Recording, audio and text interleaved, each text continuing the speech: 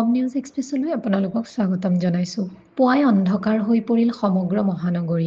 হয়, গুৱাহাটীত বতৰে লৈছে ভয়ংকৰ ৰূপ।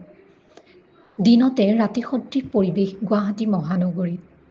পুৱা প্ৰায় 7:20 মানৰ পৰাই ক'লা ডাৱৰে আৱৰি ধৰিলে গুৱাহাটীৰ আকাশ। গুৱাহাটীৰ ৰাজপথত গাড়ীৰ লাইট জ্বলাই বাহন চলা দেখিবলৈ পোৱা গৈছে। গুৱাহাটীৰ বিভিন্ন প্ৰান্ততো আৰম্ভ হৈছে ধুমুহা আৰু মুষলধাৰ বৰষুণ।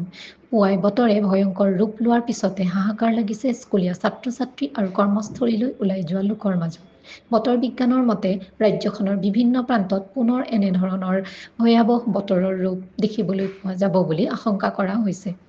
এনেধৰণৰ বাতৰিসমূহ পাই থাকিবলৈ আমাৰ চেনেলটো ছাবস্ক্ৰাইব কৰিবলৈ নাপাহৰিব। ধন্যবাদ।